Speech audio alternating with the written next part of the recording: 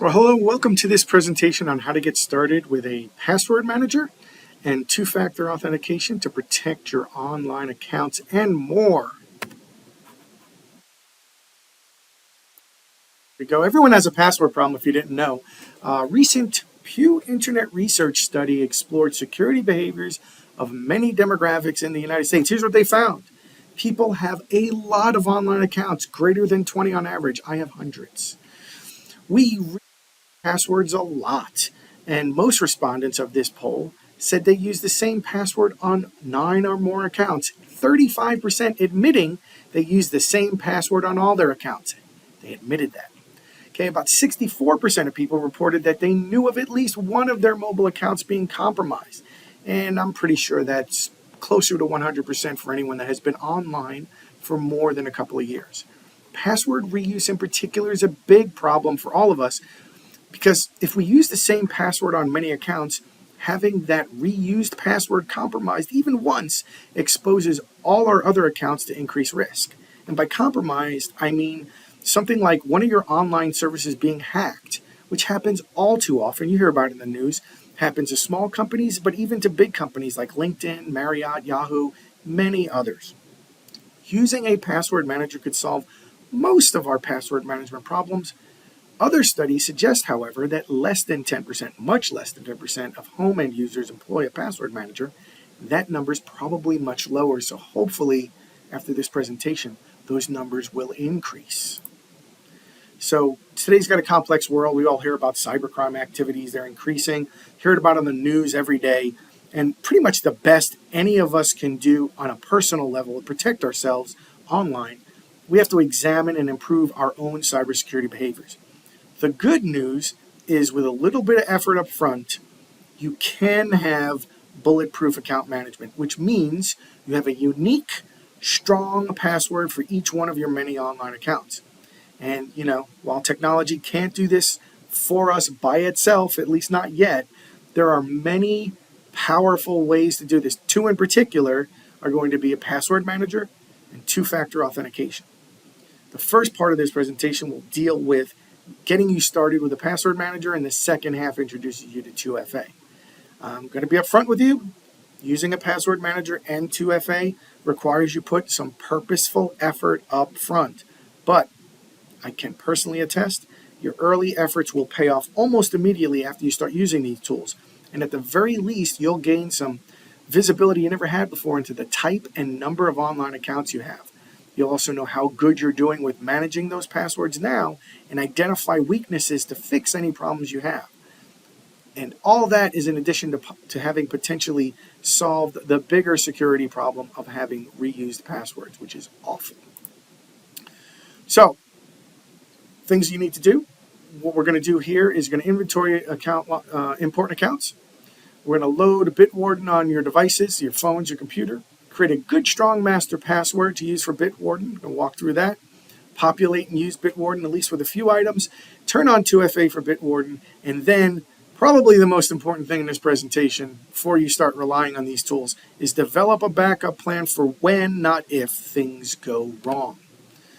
So before we get going, let's put ourselves in a good position to succeed with setting up our password manager and 2FA services. I ask two things of you before you go any further. One, start a manual inventory of your most important online accounts. Now, this should include any online banking, finance-related services, investment, credit cards, online bill paying, etc. Next, include your email accounts, and most people have more than one. And then, any social media accounts. Now, you can add in any non-sensitive accounts you regularly use that you often are required to log into, like Netflix or some other streaming services. Lastly, pick 5 of them to use during the Bitwarden hands-on activities that's going to be presented in a later video. I'll walk through some stuff. I'm going to walk through the least effort way to populate Bitwarden, as well as discuss the quote-unquote nuclear approach of if you have all your passwords, you can just hand jam them in and type them all at once. That's more effort. But if you install Bitwarden, your password manager, and log into accounts and save them as you go, saves a lot of time. Number 2, after you have that inventory of important accounts, determine which devices you want to log into using those services. Most likely, it will be some combination of a laptop, a tablet, desktop PC, and smartphone. You'll eventually download and install Bitwarden on all these devices. And if you do this before we cover signing up for a Bitwarden account, I recommend that you do not create a Bitwarden account because we need to go through the really, really important thing of setting up a good, strong master password before you create your account, which we're going to cover very shortly. Like almost right now. Now, the very first thing we need to do is create a good, strong master password. This is different than a bad, strong password. What's the difference? Great question. You can remember a good, strong password, which will not easily be guessed or cracked by someone else. A bad, strong password is equally or more difficult for someone to guess or hack, but it's so hard to remember or type that you either forget it or hate it so much you just end up changing it to an easy bad password. So how do you create a good, strong password? I recommend using a blend of the National Institute of Standards and Technology, they're called NIST. They have 2017, they updated their password guidance, and also the restrictions required by Bitwarden. So NIST has a long list of recommendations to service providers, like the websites you sign up for managing user passwords. Two of them are the most germane to us users. First and foremost, longer passwords are better because longer passwords, meaning more characters, are harder to brute force guess by hackers, especially if you use a mix of character types, upper, lower, all that stuff you've heard about. Now, while the NIST guidance says not to use a password less than 8 characters, Bitwarden and others recommend at least 12 characters. I do recommend. Personally, for your master password, aim for 16 to 20 characters at a minimum. And it's easy to do that without having to do a lot of work. We're going to get to that in the next slide. Now, I never worry about how long my master password is because I use something called a passphrase. NIST also recommends users consider using passphrases that capture something that's important to you on a personal level, which will be almost impossible for someone else to guess unless they're you or they know you super well. And even if they know you super well, it's still hard to guess. Now, this means you shouldn't use a commonly used phrase that others might use, such as a popular song, a poem, or a Bible verse. But you can use variations of these. For example, my favorite drummer is John Bonham of Led Zeppelin. I could create a passphrase of #1 space drummer space equals space John space Bonham. I put capitalizations in there. The spaces count as special characters. I know some people say you shouldn't use spaces. In passwords, good to use spaces. Okay? I won't easily forget who my #1 favorite drummer is. It has all the character types without having to make any difficult choices like you've heard, like replacing an O with a 0 and an E with a 3 and all those other weird things, right? So how many characters long is #1 drummer equals John Bonham? I don't know. It's more than 12. It's probably more than 16. I don't really care. It's a long passphrase, and it meets at least 12, 16, 20 characters long, so I'm good to go. I could even put a password hint of Bonzo in my password hint, which happens to be John Bonham's nickname, and it won't mean anything to anyone else, but I'll know that when I hear Bonzo, that's my favorite drummer. So if you're going to use a password hint, you don't have to. Make sure it's not your password, because that's just awful, right? Now, the other thing NIST recommends is to make sure you're not using a password or phrase that has not already been compromised by someone else, like using a password of 123456 or password 1, because they've all been used and compromised many thousand times over the years. If you use a unique passphrase like I just discussed, you can feel confident that you're probably quite safe. However, if you go to the website haveibeenpwned.com/passwords, which I'll show in a separate video shortly, there's a great mechanism to check if your new master password has been used in comparison to over like 1 billion known compromised passwords that's just in that site's database. So go ahead and spend a few minutes thinking of a good, strong password. If you're done earlier, great. Feel free to pause the video while you do that. Maybe go to that haveibeenpwned.com passwords website if you're concerned and you want to check to see if it's already been used and compromised. So go ahead and pause it if you want. And when you're ready, when you have that good, strong master password, I want you to write it down. You now have a good, strong master password. Some folks have said you shouldn't write passwords down. Writing passwords down is fine As long as you're not leaving them out somewhere easy to find, like taped to your monitor or underneath your keyboard, and you all know someone who has done that. But I do beg you to please write your password down. Maybe make extra copies and put it somewhere safe, because if you forget your master password because you haven't used it in a while, you want to be able to go there, okay? Take that password, put it in an envelope, put that envelope somewhere safe where you can find it if needed, and you use it in case of emergency. If you want to make a couple of copies and put those envelopes in different places, cool, okay? Now, again, if you've heard that writing down passwords is a bad thing, it's only bad if you do it the wrong way. Actually, some can say instead of using an online password manager, having a book of passwords is the best. Yes, but it can't do all the things that a password manager can do to help you be safe. And we'll get to some of those features later. Well, now that you have your master password, it's time to create your Bitwarden account. You're going to open up a browser, navigate to www.bitwarden.com. You're going to select the button on the screen to sign up for a free account. And yes, Bitwarden is free for home users, although they do have a paid premium version and a family plan. Family plan is it costs, but also highly recommended if you might need to share passwords, something I guarantee you will have to do at some point or another. At this point, I just want to mention there are many other great password managers that have similar capabilities to Bitwarden, such as 1Password and Dashlane. I have used Bitwarden, 1Password, and Dashlane. They're all fantastic applications. I use Bitwarden in these videos because Bitwarden is well-known and trusted password manager, and they provide a fully functional free version for home users, while other password managers don't have a free version. That's why we're going with free at first. The fundamental capabilities of Bitwarden, 1Password, Dashlane, they're pretty much the same. They do kind of the same thing. Their user interface is a little different. There's other capabilities you get even with Bitwarden when you pay for it. So signing up for a Bitwarden account is straightforward. The user ID is going to be an email address you'll use in combination with your master password you create it. So once you have a Bitwarden account, it's time to download Bitwarden on all the devices you identified earlier and which you regularly use to log into online accounts. Now, Bitwarden has apps for both Android and iPhone, which you can get just through some legitimate app store on your phone. Bitwarden also has plugins for every major web browser, including Chrome, Firefox, Edge, Safari, Brave, you name it. I go through the install and login process for Bitwarden using Chrome in a separate video. Now, I strongly recommend installing the Bitwarden plugin or extension for all the web browsers you use on all the devices you use. There's some links included here on this slide deck, but if you just go ahead and Google, DuckDuckGo, whatever you use to find how to install extensions on your browser, it'll be easy to do. And the basic process for installing Bitwarden on Chrome is to just navigate to the Chrome Web Store, which I do simply by searching on that term.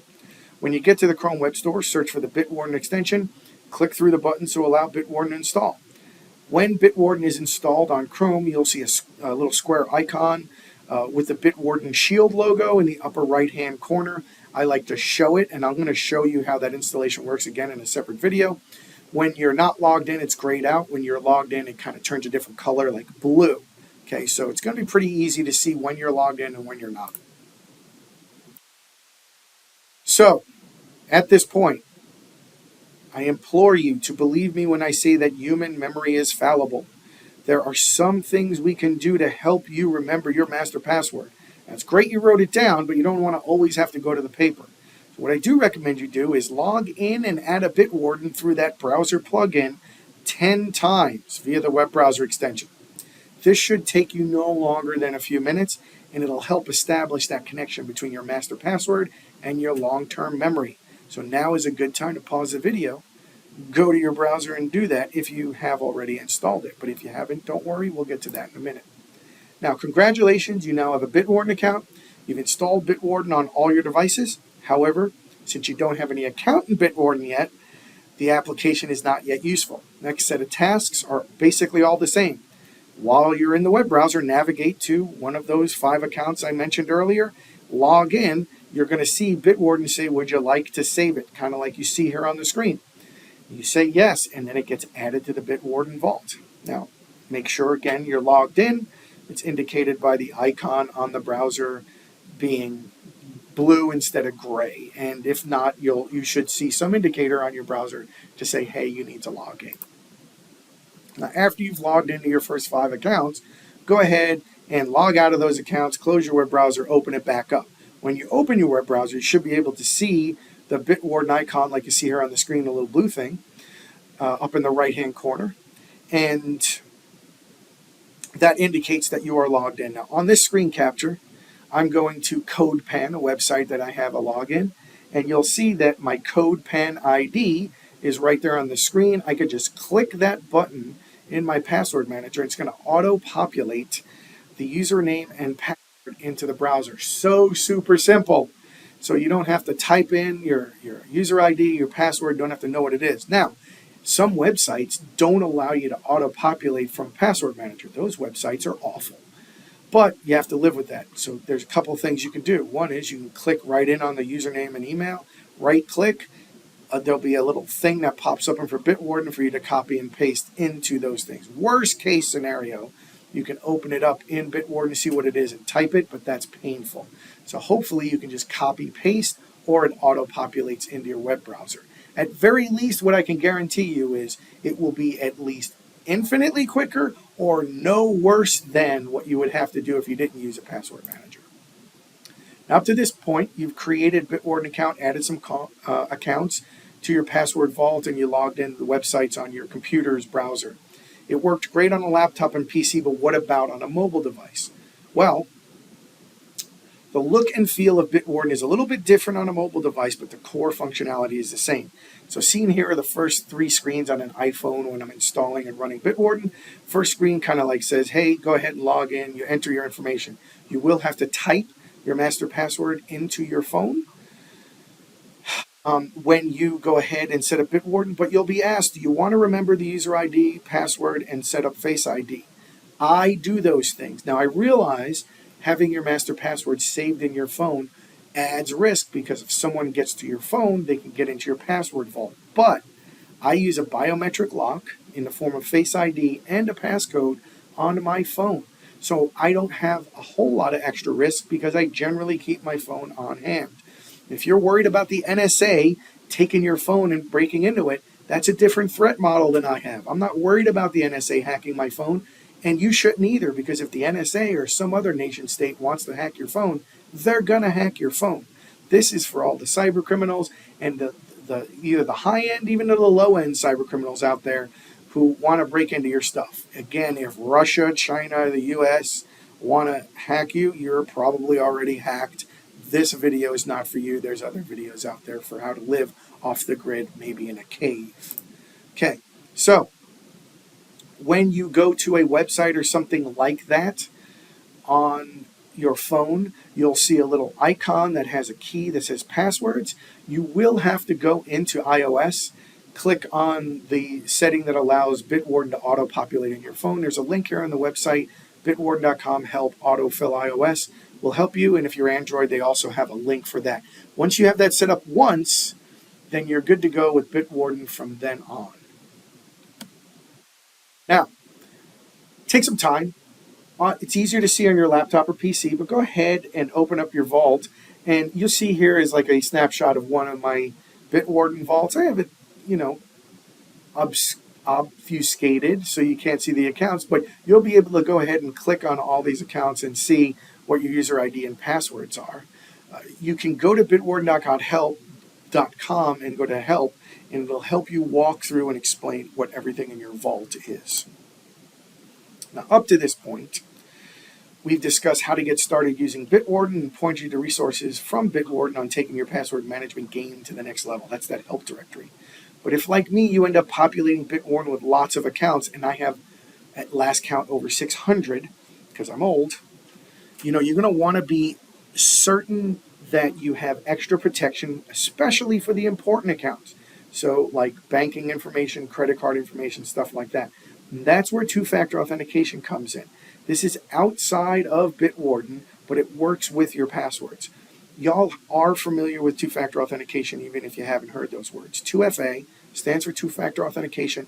It simply means that you'll be required to provide something other than your user ID and password in order to gain access to your Bitwarden account and vault, as well as other accounts like your Gmail. Having a good, strong master password is absolutely necessary to secure your Bitwarden password vault. But adding 2FA makes it almost impossible for anyone else to access your user account and passwords. And that's a good thing, unless it isn't, which we'll talk about later, because sometimes you do need people to access things. Now, there are many forms of 2FA. We're going to focus here on one, which is something called TOTP. And you've seen it, and it's up there on the screen. You see right here, it's an authenticator application that has a code that regenerates about every 30 seconds. So what you do is you type your username and password. You have to open up an app to get the authenticator code. You type in the code, and then you hit it, hit enter, and then you're able to log into your account. So there are a number of different smartphone apps that you can use. I use Authy. Many people use Google Authenticator. If you go to your phone's app store and type AUTHY, it's great. The reason I use Authy for my TOTP is because you can create an account on Authy, and if you change your phone, lose your phone, buy a new phone, you can re-log in to Authy and it will download those codes. Some authenticator apps, once you lose your phone or sell it or delete it or it breaks, you have to reset up all your 2FA, which takes a lot of time. So Authy helps save you that effort, the disaster recovery part of what if I get a new phone if I lose one. So I do recommend Authy. So 2FA, I absolutely recommend you set up two-factor authentication, and I will show a video on how to set that up for Bitwarden. But while you're setting it up, it's a great idea to do things like go to this website, 2FA directory, and see what other accounts you have available. So I guarantee your email, most banks, most social media have 2FA available. There's many different methods. So I just mentioned the TOTP code. Of course, you can use text message, better than nothing, not as secure as other methods, but I would rather have Gmail, or I'd rather have an email 2FA or a text message 2FA than have no 2FA whatsoever. So please take the time, when you get the time, to update as much 2FA as possible on your accounts, especially the ones that have personal information or related to finance, because you don't want those accounts hacked. Remember, even if you have a good randomly generated password from your password manager on an account, it doesn't mean that that website can't get hacked and the hackers can get that password. But if you have 2FA and a password, hackers just stealing your password is not enough for them to gain access to your account. So now, the two of the most important slides in this presentation and video are what to do when disaster strikes, part one. So part one's about password manager, part two is about 2FA. So at this point, you're capable of using a password manager and 2FA to protect your password manager and other online accounts. But all these security protections come with some risk when disaster strikes. It is important that you think about what we call disaster recovery scenarios before disaster strikes, such as this first scenario. You forget your Bitwarden master password. Well, this is not going to be a disaster for you because you listened earlier and wrote down your master password and stored it in a safe place. So you can just go and look at it, right? Well, let's say scenario two, you forgot your master password and lost or forgot where you put that emergency password envelope. In any case, you may be able to recover your account by following directions on the Bitwarden's website. It's kind of complex, but the procedure requires that you use the computer, not the phone, in which you previously logged into Bitwarden before. So, to avoid having to get to the point where you're looking at the Bitwarden help files on how you forgot your master password, make sure you wrote it down and saved it somewhere. That would be excellent. Now, I have something on the screen here that says emergency access. If you decide to sign up for family plan, a paid family plan on Bitwarden, very affordable for what you get, you can actually set someone else who has a Bitwarden account to be an emergency access in case you forget your stuff, which is outstanding. Now, scenario three, right down here, you forgot your master password, lost your emergency password envelope, and all of your computer devices were stolen and or your house burns down with them in there. That is a very unfortunate day. You're bummed. You still need access to your accounts. And if you're using the free Bitwarden account, there's probably nothing you can do at this point. You may never be able to access your existing Bitwarden account again if you don't have that master password. However, if you plan ahead and get a family account, like I just mentioned, which will allow a family member as an emergency contact. The ability to restore your account is there with the emergency contact. You can find out more about what can and cannot be done with a family plan just by going to the Bitwarden website. Note, I do not get paid by Bitwarden. I just use them and recommend them. They're a great company. You should check them out, and if not, go to something else. I've also used 1Password, phenomenal password manager, and have the same type of thing where you can set up emergency access and share passwords. The important thing here is to recognize that this has to be done before disaster strikes, before you really need it. Okay?